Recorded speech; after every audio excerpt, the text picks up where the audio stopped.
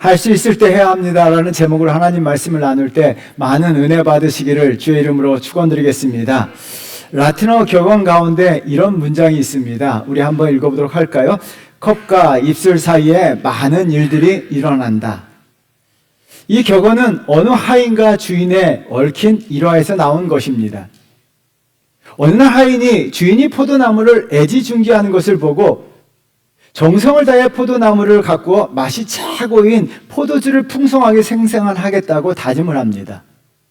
그리고 하인은요, 열심히 일을 해요. 최고의 포도주를 생산하고 일품 포도주를 만들었어요. 포도주가 얼마나 맛있는가, 얼마나 잘 만들어지는가 맛보기 위해서 컵을 든 순간 멧돼지 한 마리가 포도밭에 들어와서 포도나무를 다 망친다는 외침을 듣게 된 거예요. 하인은요, 곧장 멧돼지를 쫓으러 달려갔어요. 그런데 그만 멧돼지가 이 하인을 들이박았어요. 그리고 하인은 그 자리에서 죽고 말았어요. 컵에 포도주를 마시기 전에 큰일이 일어난 거예요. 여러분, 컵과 입술 사이에 짧은 순간이지만 무슨 일이 일어날지, 어떤 사건이 발생할지 아무도 모른다는 거예요. 이 라틴어 격언이요, 유럽 전역으로 퍼지게 되었어요. 그래서 프랑스에서는요, 이 격언을 이렇게 만들었습니다. 우리 한번 읽어볼까요? 포도주는 입술과 컵 사이에서 땅에 떨어지는 경우가 흔하다.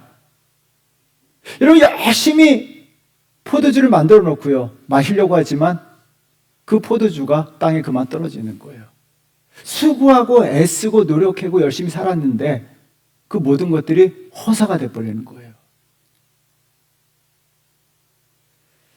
그래서 유럽 사람들은요, 이 격언을 또 이렇게 바꿨습니다. 우리 한번 같이 읽어보도록 하겠습니다.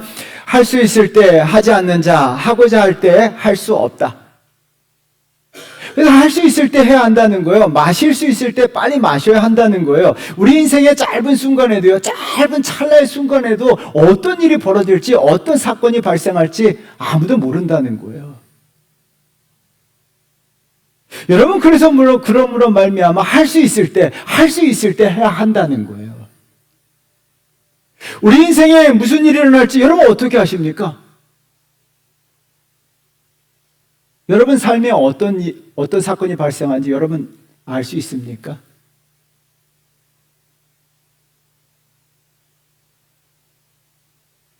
여러분, 우리는 할 수 있을 때 해야 돼요. 할 수 있을 때. 지금 해야 됩니다. 무엇보다도 예수 그리스도의 심판이 있기 때문인데요, 주님으로부터 심판받기 전에 해야 될 일이 있다는 거예요. 그것을 하셔야 한다는 거예요. 42절 말씀 우리 한번 나같이 읽어보도록 하겠습니다. 우리에게 명하사 백성에게 전도하되 하나님이 살아있는 자와 죽은 자의 재판장으로 정하신 자가 곧 이 사람인 것을 증언하게 하셨고. 여러분, 예수 그리스도는 재판장이시라는 거예요. 근데 놀랍게도요, 살아있는 자와 죽은 자를 재판하신다는 거예요. 주님은 재판하실 때 선과 악을 판단하시고요, 선인과 악인을 재판하세요. 산자도 심판하시고 죽은 자도 심판하신다는 거예요. 여러분, 살아있을 때도 선과 악에 따라서 하나님이 심판하신다는 거예요. 살아있을 때도 심판받는다는 거예요. 죽어서도 하나님 앞에 섰을 때 심판받는다는 거예요. 심판이 언제 임할지 모르기 때문에, 심판이 언제 내 삶 가운데 임할지 모르기 때문에 우리는 어떻게 합니까? 지금 해야 할 때 해야 할 일을 해야 한다는 거예요.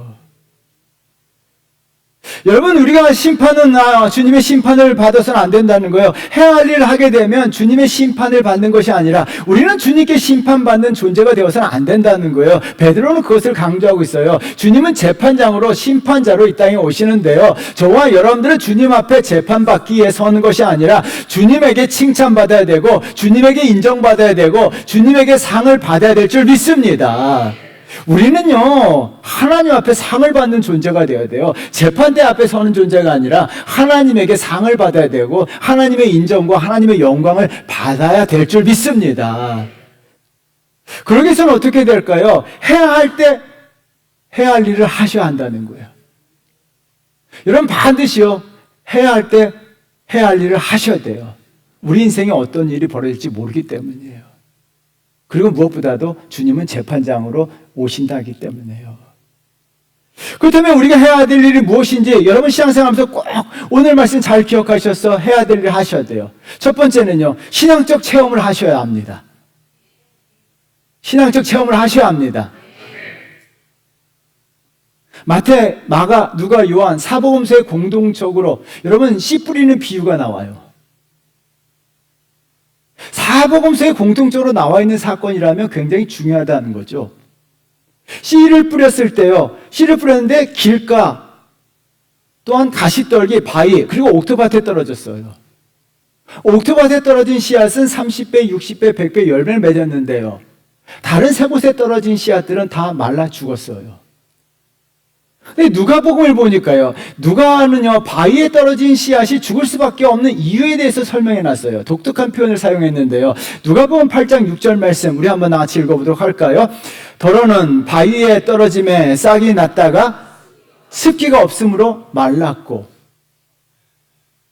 씨가 바위에 떨어졌는데요, 씨가 싹이 나다가 습기가 없어서 말랐다라고 이야기합니다. 식물이 자라는데 절대 조건이 뭐예요? 습기예요, 물이에요. 흙이면 없어도 돼요. 수경재배가 있기 때문에. 근데 물이 없으면요, 습기가 없으면요, 어떤 나무도 어떤 식물도 자라지 못해요. 싹은 나지만 금방 말라 비틀어서 죽어버려요.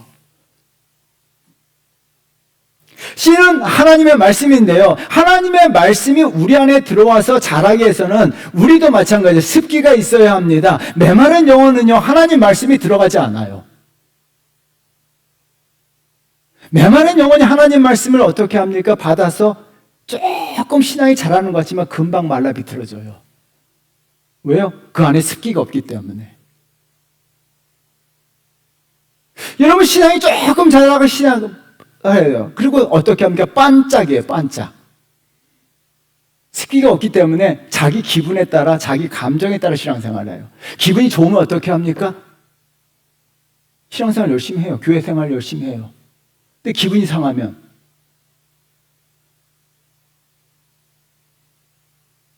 자기 기분과 감정대로 신앙생활을 해요.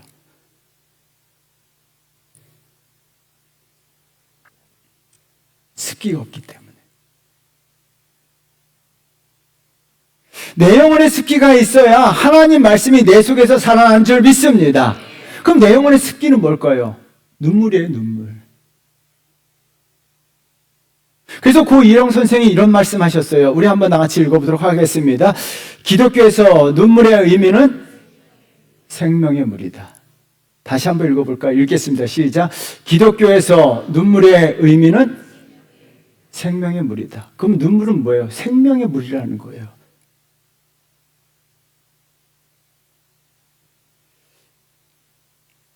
여러분, 반드시 내 신앙생활 하면서요, 습기가 있어야 돼요. 눈물이 있어야 돼요. 그렇다면 내 영혼의 습기가 있게 하기 위해서는 어떻게 될까요? 그게 바로 중요한 거예요. 신앙적 체험입니다. 신앙적 체험은요, 내 영혼을 습기로 체험으로 말미암아, 내 영혼을 습기로 체험으로 말미암아 말씀이, 하나님 말씀이 내 안에 잘 자라도록 역사하는 줄 믿습니다.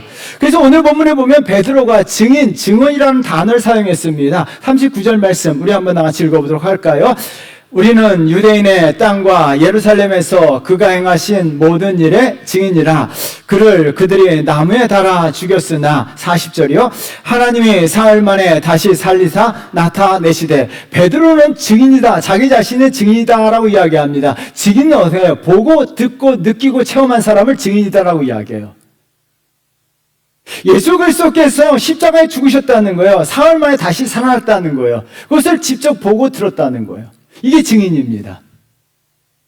신앙적 체험은 무엇입니까? 역사적 사실이 역사적 사실로 끝나는 것이 아니라 역사적 사실이 나와 관계될 때가 신앙적 체험이에요. 예수 그리스도는요, 십자가에 죽으셨습니다.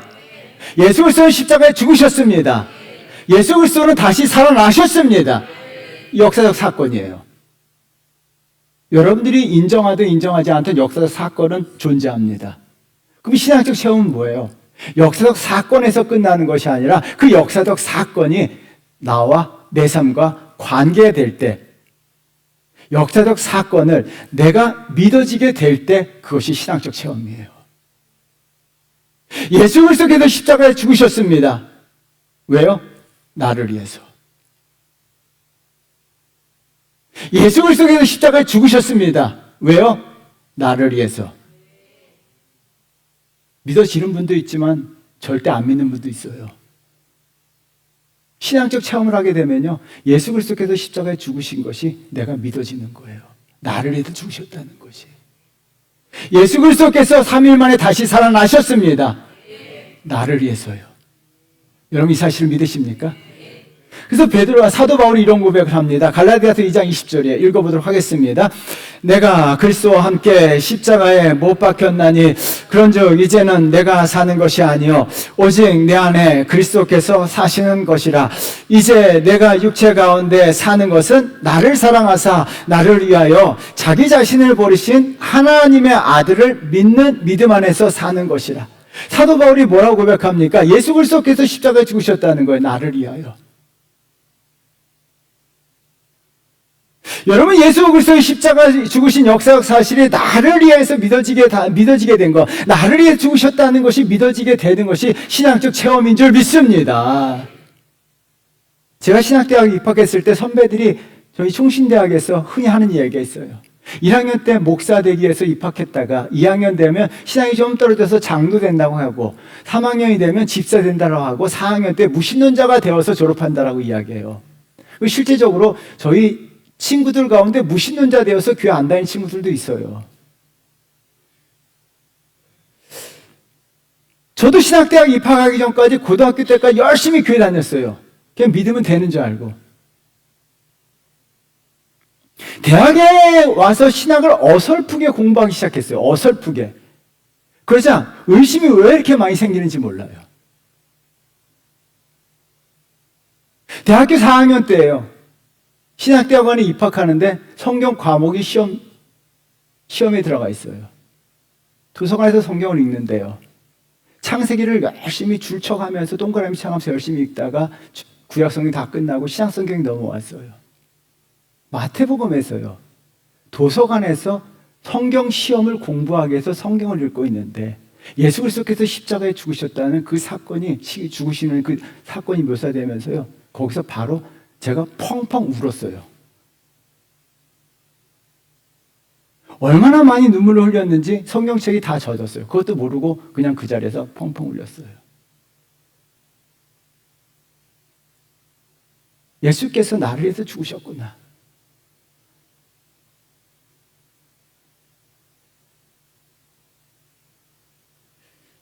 여러분, 대학 3년 다닐 때까지 한 번도 느껴보지 못했던 그것이 갑자기 내 삶 가운데 예수님께서 정말 나를 위해서 죽으셨구나 하면서 제가 그 자리에서 펑펑 울었어요.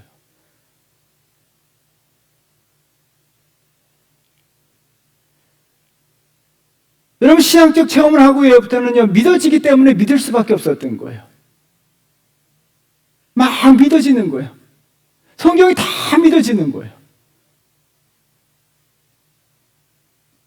여러분, 신앙적 체험은요, 예수 그리스도께서 십자가에 죽으신 역사적 사건이요, 나를 위해서 죽으셨다는 것이 믿어지는 것이 신앙적 사건이에요. 그래서 반드시요, 이 신앙적 체험이 저와 여러분 삶 가운데 일어나야 될 줄 믿습니다. 예수 그리스도께서 죽으셨습니다. 왜요? 나를 위해서 죽으셨다는 거예요. 다른 사람도 아니라 나를 위해서 죽으셨다는 것이 믿어지게 되는 거예요.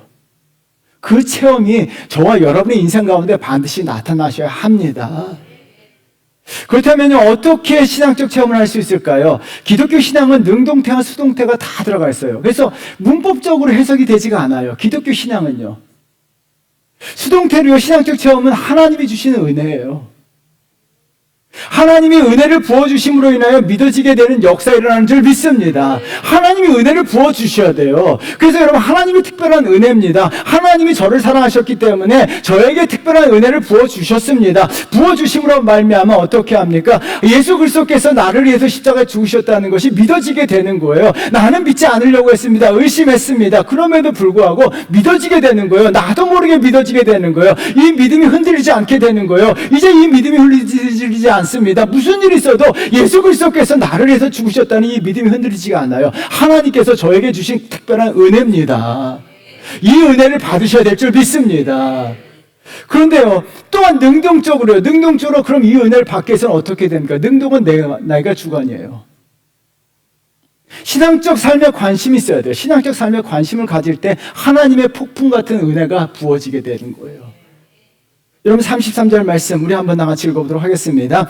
내가 곧 당신에게 사람을 보내었는데 오셨으니 잘하였나이다. 이제 우리는 주께서 당신에게 명하신 모든 것을 듣고자 하여 다 하나님 앞에 있나이다. 고넬료가 베드로에게 하나님께서 명하신 것을 다 듣고자 했다고 이야기합니다. 지난 시간에도 말씀드렸어요. 자기의 마음을 하나님 말씀 앞에 다 던졌어요.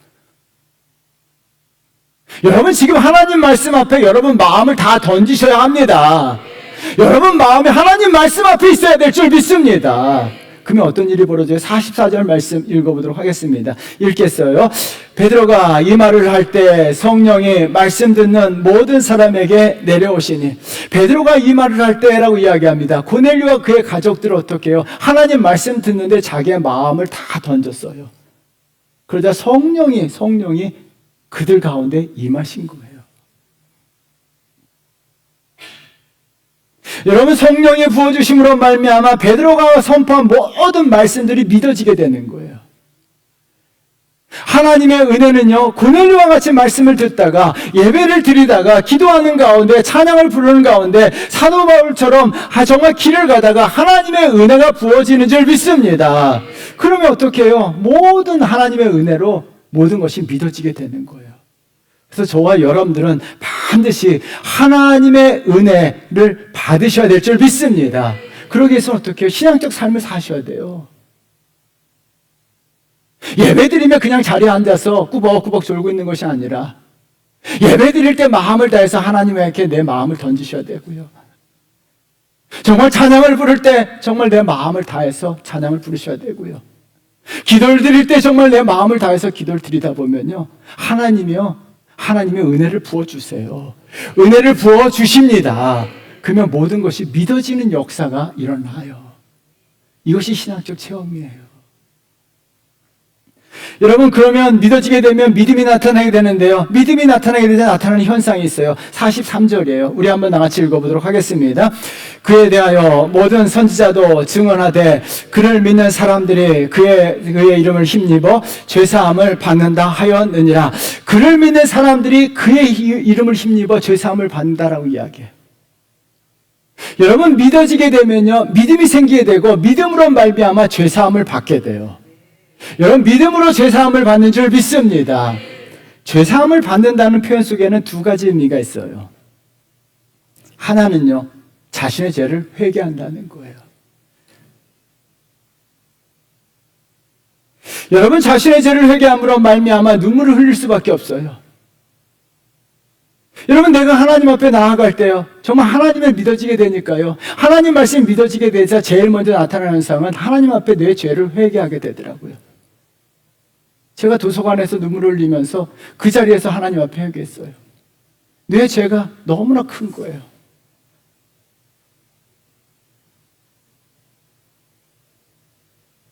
내 죄에 대해서 너무나 어떻게 감당이 못하는 거예요. 그래서 어떻게 합니까? 그 자리에 눈물이 막 쏟아지면서 하나님 앞에, 하나님 제가 잘못했습니다. 그냥 잘못했습니다라고, 하나님 제가 죄인입니다 하면서 그냥 막 울어. 눈물이 막 쏟아지는 거예요.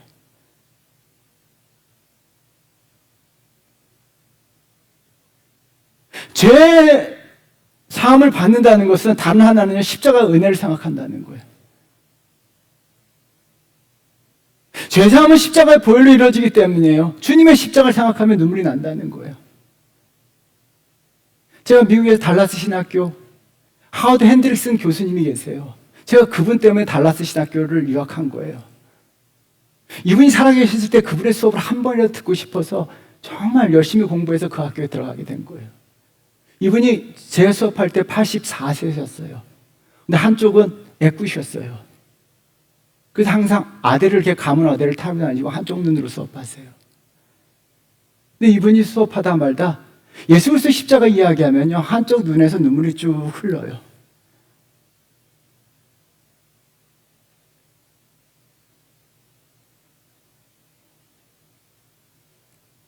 막 혼자 울고 이렇게 눈물을 흘리시면서 수업해요.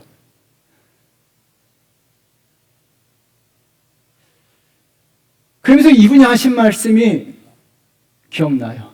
정말 마음속에 잊혀지지가 않나요? 여러분 십자가를 생각할 때 눈물이 나지 않는다면 목회를 멈추십시오. 사역을 멈추십시오.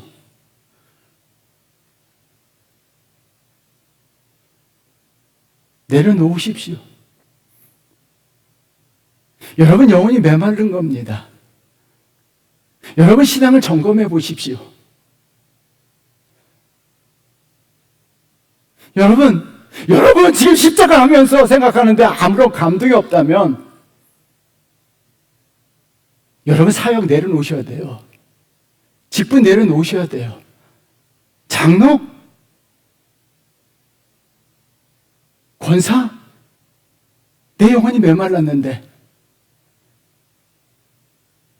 십자가 정말 십자가 하는데도 아무런 감동도 없고 아무 느낌도 없고 졸음만 온다면, 십자가 하는데 내 마음에 아무것도 감동이 없다면, 내 영혼이 말라 비틀어졌는데 무슨 장로고 무슨 권사냐는 거예요. 무슨 목사냐는 거예요.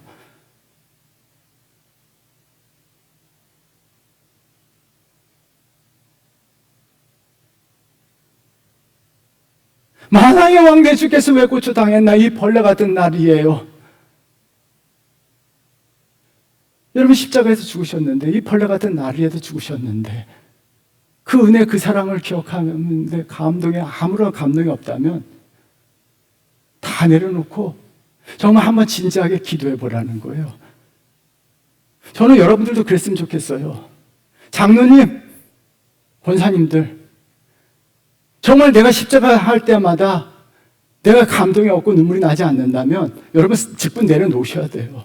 저도 마찬가지고요. 왜요? 내 영혼이 다 말라 비틀어졌는데 말라 비틀어진 영혼이 무엇을 하겠냐는 거예요. 내 영혼이 죽는데.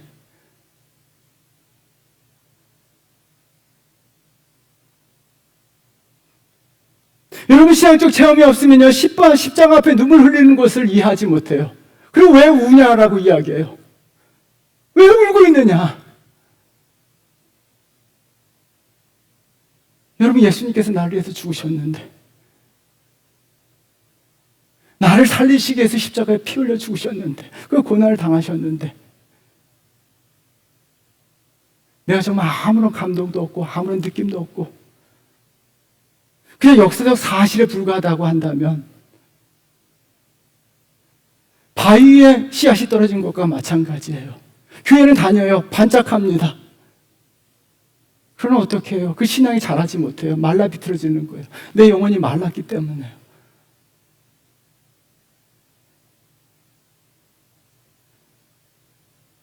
여러분, 정말 저도 목사지만 우리가 한번 꼭 점검해 보셔야 돼요. 여러분 십자가 생각할 때마다 내 마음에 감동이 없고 은혜가 없고 눈물이 없다면 여러분 영혼 말마른 거예요. 그러면 조용히 저를 찾아오세요. 목사님, 저 십자가 하는데도 은혜가 없어요.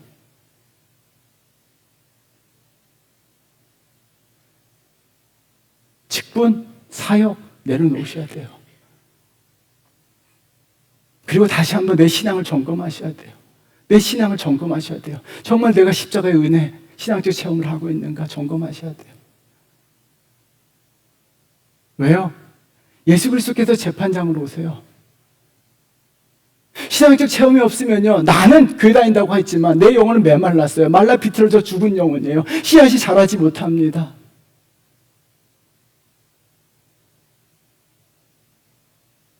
여러분, 하나님 말씀이 내 안에 들어오지가 않는데요.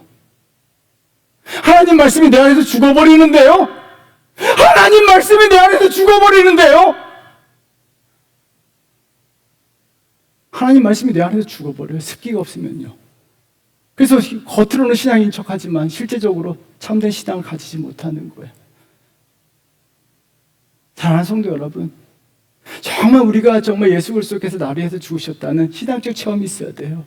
그것이 내가 하나님 말씀이 내 안에 영혼의 습기가 되어서 내 영혼을 하나님 말씀이 들어왔을 때 그 말씀이 내 안에서 자라게 돼요. 이런 역사 일어나야 줄 믿습니다. 이런 역사 일어나야 줄 믿습니다. 이게 없으면요, 죽은 영혼이에요. 심각하게 우리가 좀 도전을 받으셔야 돼요. 심각하게 도전을 받으셔야 돼요. 그래서 저와 여러분들 반드시 정말 말씀에 대해서 하나님 예배 드릴 때 마음을 다하시면요, 성경 보고 기도하면서 정말 살아간다면 하나님께서 반드시 은혜를 부어주셔서요, 예수 그리스도께서 십자가 죽으신 것이 나를 위해서 죽으셨다는 것이 믿어지는 역사가 일어나요. 나도 모르게 나는 믿지 않으려고 합니다. 난 도망가려고 합니다. 난 뒷걸음치려고 합니다. 그런데 어떻게 합니까? 하나님이 은혜를 부어주셔서 믿어지는 거예요. 믿어지니까 어떻게 할 수가 없는 거예요. 내가 믿어지는데 어떻게 합니까? 예수님께서 나를 위해 죽으셨다는 게 믿어짐으로 말미암아 내가 어떻게 할 수가 없는 거예요. 사도 바울이 믿어지니까 죽기까지 예수를 위해 살잖아요. 베드로가 믿어지니까 죽기까지 예수를 따르잖아요. 죽어가면서까지 십자가를 지잖아요. 왜요? 예수님께서 나를 위해서 십자가에 죽으셨기 때문에, 믿어지기 때문에 죽기까지 십자가 짓는 거예요. 이런 성도 되셔야 될 줄 믿습니다. 이런 성도 되셔야 될 줄 믿습니다. 두 번째는요, 우리가 예수 그리스도 재판장 앞에 섰을 때요, 지금 해야 될 때 성령 부어주심을 받아야 합니다. 성령 부어주심을 받아야 합니다. 초등학교에서요, 선생님이 아이들에게 과거형, 현재형, 미래형을 가르치기 위해서 시험을 냈어요. 나는 준다, 미래형은 무엇이냐라고 질문했을 때 나는 준다, 미래형이 뭐예요? 그래서 많은 아이들이 이렇게 대답했습니다. 나는 줄 것이다. 맞죠? 선생님은 나는 줄 것이다라고 동그라미 치는 아이들에게 다 동그라미 해줬어요. 근데 한 아이가 이렇게 대답했습니다. 나는 받는다. 이해가 안 되신 분들은 여러분, 이 선생은 고민되는 거, 이것이 틀린가 맞는가? 틀려요, 맞아요? 국어 문법으로는 틀리지만 삶의 이치로는 맞는 거예요. 그죠? 내가 주게 되면 미래에 받는 거예요. 맞습니까? 뭐 주지 않아 봐서 몰라요? 여러분, 삶의 이치는 내가 주면 받게 되어 있습니다. 근데 사람들은 어떻게 합니까? 주지 않아요. 받기만 원하죠. 이게 하나님에게도 그대로 나타나요. 하나님에게 많이 받으려고 해요. 막 받으려고. 괜찮아요. 하나님께 받으려는 거는. 근데 우리 하나님께 반드시 받아야 할 것이 있어요. 성령의 부어주심을 반드시 받으셔야 될 줄 믿습니다. 44절 말씀 우리 한번 같이 읽어보도록 할까요? 읽겠습니다. 베드로가 이 말을 할 때 성령이 말씀 듣는 모든 사람에게 내려오시니, 베드로가 이 말을 할 때 성령이 말씀 듣는 사람들에게 내려왔다라고 이야기합니다. 누구에게 성령이 내려왔습니까? 누구에게요? 다시 한번. 44절 다시 한번 읽어보겠습니다. 읽겠습니다. 시작. 베드로가 이 말을 할 때 성령이 말씀 듣는 모든 사람에게 내려오시니. 누구에게 내려왔어요? 아니, 모든 사람이 아니라 어떤 사람? 말씀 듣는 사람. 말씀 듣는 사람. 말씀 듣는 사람. 말씀 듣는 사람에게 내려온 거예요. 여러분, 성령이 내려오셨다라고 이야기하는데 더 Holy Spirit come on이라고 얘기했어요. come on, 온전하게 다 내려왔습니다. 주체가 성령님이십니다. 하나님이 성령을 보내주셨는데요. 그런데 여기서 중요한 것은 언제 성령이 내려왔느냐라는 것이 중요합니다. 베드로가 이 말할 때입니다. 하나님의 말씀을 듣기 위해서 내 마음의 전부를 하나님 말씀을 들을 때, 하나님 말씀을 들을 때, 여러분 마음을 다해서 하나님 말씀을 들을 때 성령이 오시는 줄 믿습니다. 내가 예배를 드릴 때 성령 역사하시는 줄 믿습니다. 내가 마음을 다해서 기도할 때 성령 역사하시는 줄 믿습니다. 왜요? 마음을 드린다는 건 뭐예요? 내가 갈망한다는 거예요. 예수님께서 하신 말씀이에요. 누가복음 11장 13절 말씀 우리 한번 같이 읽어보겠습니다. 너희가 악할지라도 좋은 것을 자식에게 줄 줄 알거든 하물며 너희 하늘 아버지께서 구하는 자에게 성령을 주시지 않겠느냐 하시니라. 하늘 아버지께 구하다라고 이야기하는데, 이 구하다라고 하는 능동형 동사입니다. 여러분, 이 구하다라고 하는 것은 적극적으로 온 힘을 다해서 구하다라는 뜻이에요. 주고 말면 말고 이게 아니에요. 내 힘을 다해서, 내 온몸을 다해서, 내 정성을 다해서 하나님에게 구하는 거예요.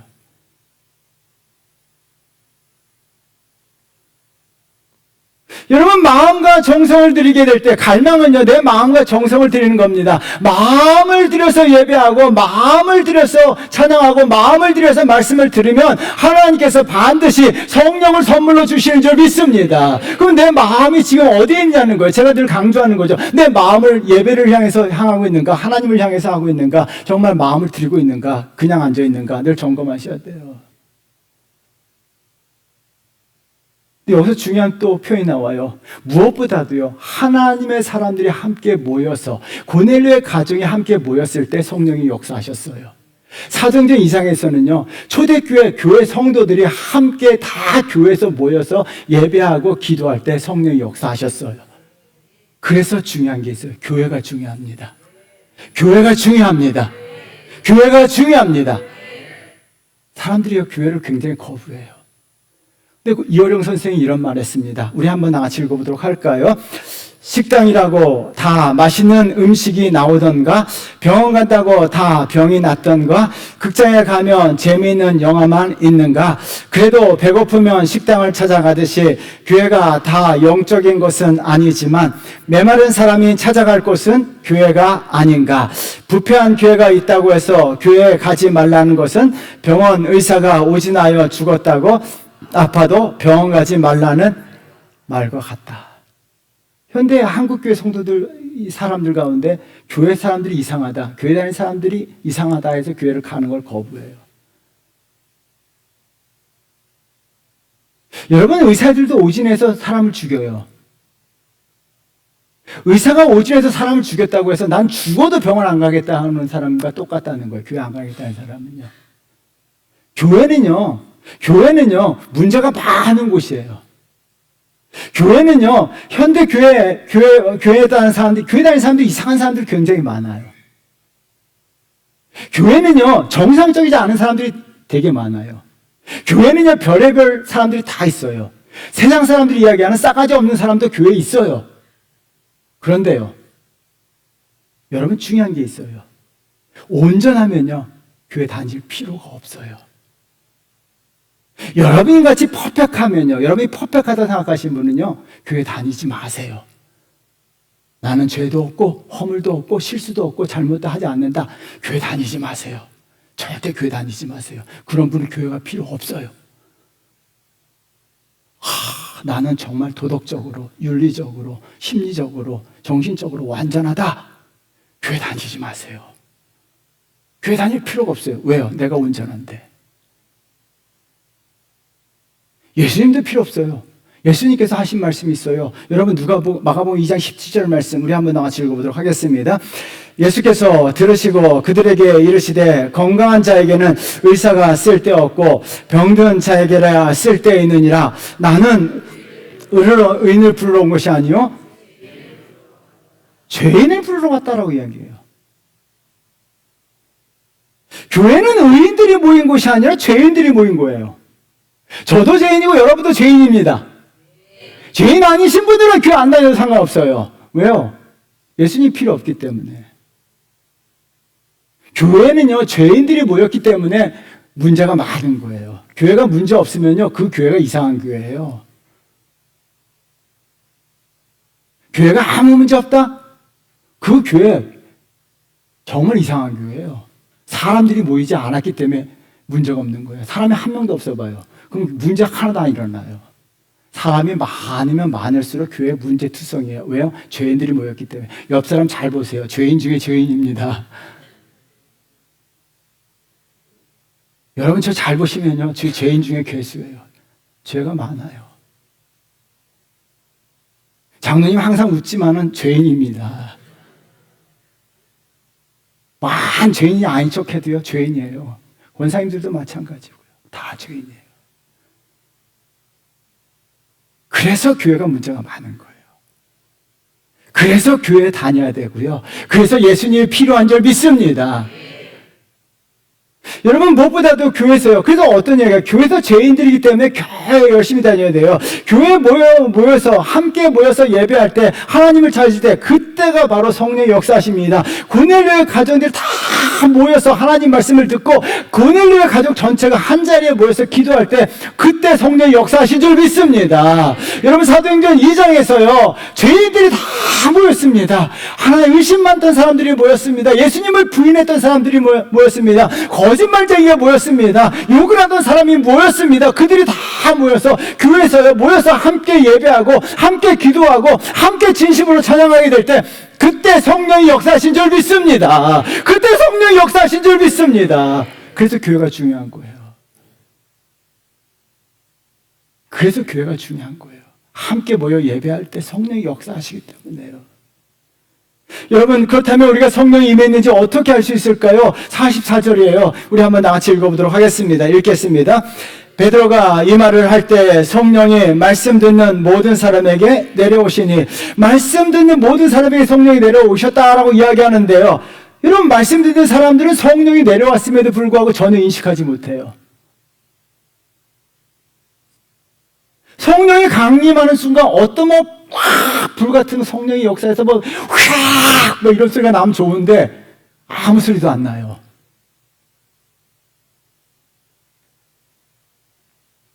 어떤 표적도 일어나지 않아요. 근데 어떻게 성령이 임했는지 알 수 있을까요? 결과예요, 결과. 그래서 44절의 결과가 46절이에요. 여러분, 46절 말씀 우리 한번 같이 읽어보도록 할까요? 이는 방언을 말하며 하나님 높임을 들음이러라. 이는 결과를 나타내는 부사입니다. 그러면 결과를 나타내는 부사라면 이유, 원인이 있어야 될 거 아니에요. 그 44절이 원인이에요. 성령이 임하게 되자 결과가 어떤 일이 오니까 방언을 하게 되면 하나님을 높였다라고 이야기해요. 방언도 하나의 성령이 역사하신 순간이에요. 근데 더 중요한 거는요, 방언은 모든 사람에게 다 받지 못하지만 모든 사람에게 공통적으로 역사하는 거. 성령이 임했을 때 모든 사람들에게, 성령이 임한 모든 사람들에게 나타나는 현상은요, 하나님을 높이는 거예요. 그래서 영어 성경에 praising God이라고 나와 있어요. 하나님을 예배하는 삶, 하나님을 높이는 삶, 하나님을 경배하는 삶이에요. 그래서 성령이 나타나게 되면요, 삶의 관점이 자기 자신에서 하나님으로 바뀌어요. 여러분, 성령이 임하게 되면요, 관점이 바뀝니다. 내 자신에서 하나님에게로 바뀌는 역사를 할 줄 믿습니다.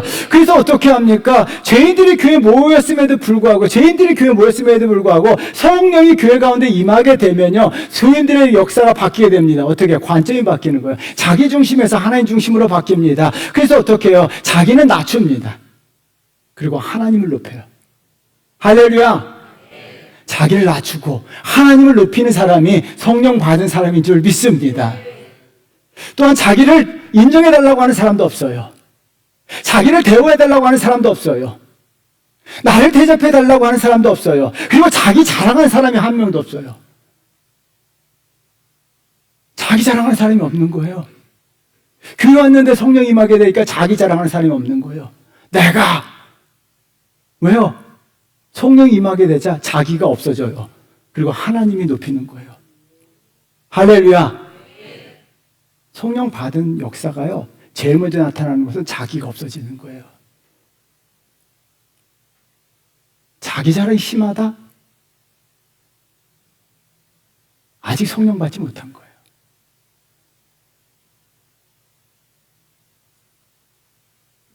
더 이상 나를 위한 예배가 아니라 하나님을 위한 예배를 드려요.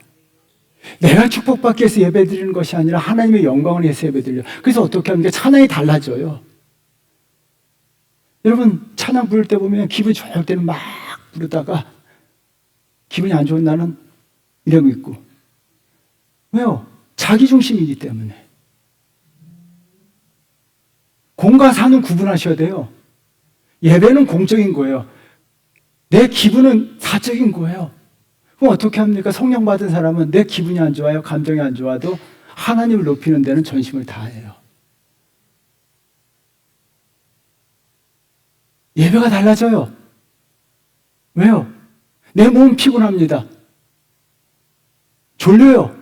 근데 어떻게 합니까? 성령 받은 사람은 절대 하나님을 예배 높여요. 자기 중심에서 하나님 중심으로 받아요. 그러면 어떻게 합니까? 우리는 다 알아요. 성령 받았는지 안 받았는지. 왜요? 성경에 말하고 있기 때문에. 하나님을 높이는 사람들, 하나님을 예배하는 사람들, 하나님을 찬양하는 사람은 성령 받은 사람들이에요. 결과예요, 결과. 이는 하나님을 높였다라고 얘기합니다. Praising God. 사랑하는 성도 여러분, 하나님을 높이는 사람, 예수 그리스도께서 얼마나 예뻐하시냐는 거예요. 그래서 재판장으로 오셨을 때 그 예수 그리스도께서 그분들에게, 하나님을 높이는 성도들에게 영광과 찬송을 또한 인정하시고 상을 베풀어 주시는 줄 믿습니다. 성령 받으셔야 돼요. 언제? 하나님에 대해서 갈망할 때, 정말 하나님을 향한 갈망, 예배를 향한 갈망, 말씀 듣는 것에 대한 갈망, 기도에 대한 갈망이 있으셔야 돼요. 그러면 하나님이 반드시 성령을 부어주셔서 하나님을 높이는 삶을 살아가는 역사가 일어날 줄 믿습니다. 이런 성도 되셔야 될 줄 믿습니다. 사랑하는 성도 여러분, 어떤 일이 벌어질지 정말 몰라요.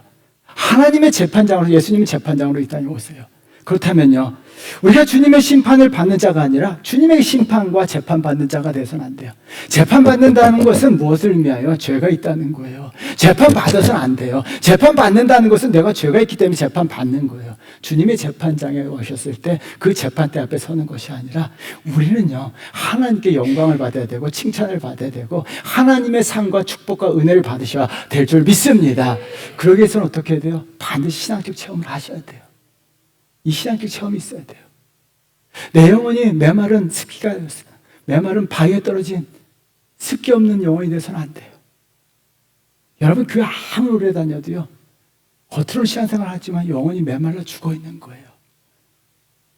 신학교 체험하시면요, 내 영혼에 정말 습기가 채워져요. 하나님 말씀이 내 안에 들어와서 신앙이 폭폭 자라요. 30배, 60배, 100배 열매를 맺어요. 이런 성도 되셔야 될 줄 믿습니다. 또한 성령을 받으셔야 돼요. 성령을 받아야 돼 하나님을 높여요. 저와 여러분들, 그래서 하나님에게 영광과 칭찬받는 거룩한 성도 되시기를 주의 이름으로 축원드리겠습니다. 우리 찬양